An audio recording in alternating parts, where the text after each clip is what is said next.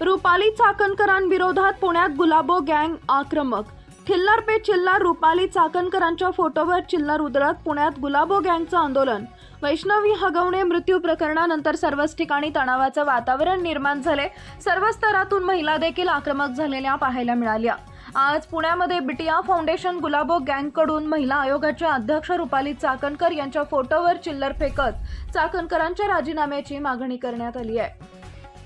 त्याचबरोबर अजित पवारांनी लवकरात लवकर चाकणकरांचा राजीनामा नाही घेतला तर आम्ही साखळी आंदोलन करू असा इशारा देखील या महिलांकडून देण्यात आलाय। पुण्यातील गुडलक चौकात संगीता तिवारी यांच्या अध्यक्षतेखाली हे आंदोलन करण्यात आले। राग, एक उद्वेग आणि एक असं रक्त सळसळतंय की या बाईला मुलगी नाही म्हणून अशी आहे का?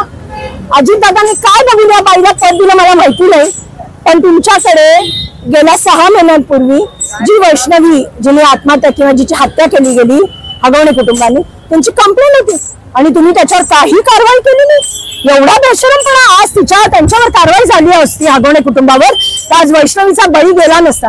आता वैष्णवीची हत्या झाली, आत्महत्या आता पोलीस बघतील, पण या बाई नंतर 8 दिवसांनी जागा झाल्या, त्यांच्या घरी गेल्या आणि जेव्हा आम्ही विरोध करतोय, आम्ही तक्रारी करतोय, महिला हे काही करत नाहीये, तर तक्रार करणाऱ्या जनतेला ती चिल्लर म्हणते।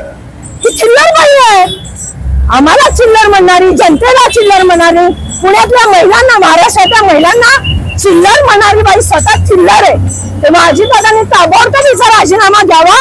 महिला आयोग पदाच्या अध्यक्ष पदाची ही गरिमा घालवली आहे।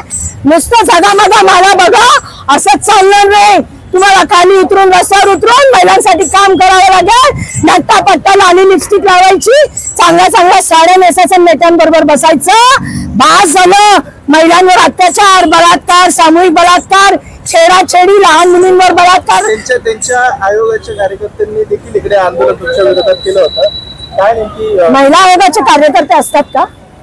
रुपाली चाकणकरच्या कार्यकर्ते त्यांनी तर आम्हाला इथं वातावरण बिघडवण्यासाठी 4 गाड्या भरून पोरं पाठवली होती। ती 4 गाड्या भरून पोरं त्यातली काही ओळखीची निघाली, त्यांना स्वतःला माहिती नव्हतं त्यांना इथं कशाला पाठवलंय। म्हणजे तुम्ही एवढ्या घाबरलात आमच्या आंदोलनाला?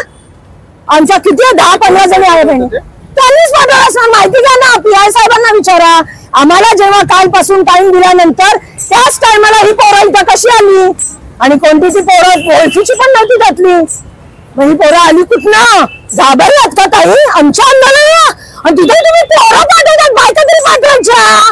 एवढी भेटड बाई। त्यांच्या समर्थनार्थ आज बालगंधर्वला देखील त्यांना इकडनं बालगंधर्वला हकललं, ते इथेच आले होते सगळे 4 गाड्या भरून, त्यांना पोलिसांनी इथनं बालगंधर्वला हकललं। कारण का मी फोन केला की आमच्याकडे परवानगी आहे, पत्र आहे, तर हे कसे आले इथे? ते तर 10 वाजल्यापासून पोरं येऊन बसली होती गाड्या घेऊन। म्हणजे पुरुषांना तुम्ही पाठवता आमच्या महिलांच्या अंगावर, हे समर्थनार्थ आहे तुमच्या सगळे पुरुष? सेम ताई, सेम। ठीक आहे।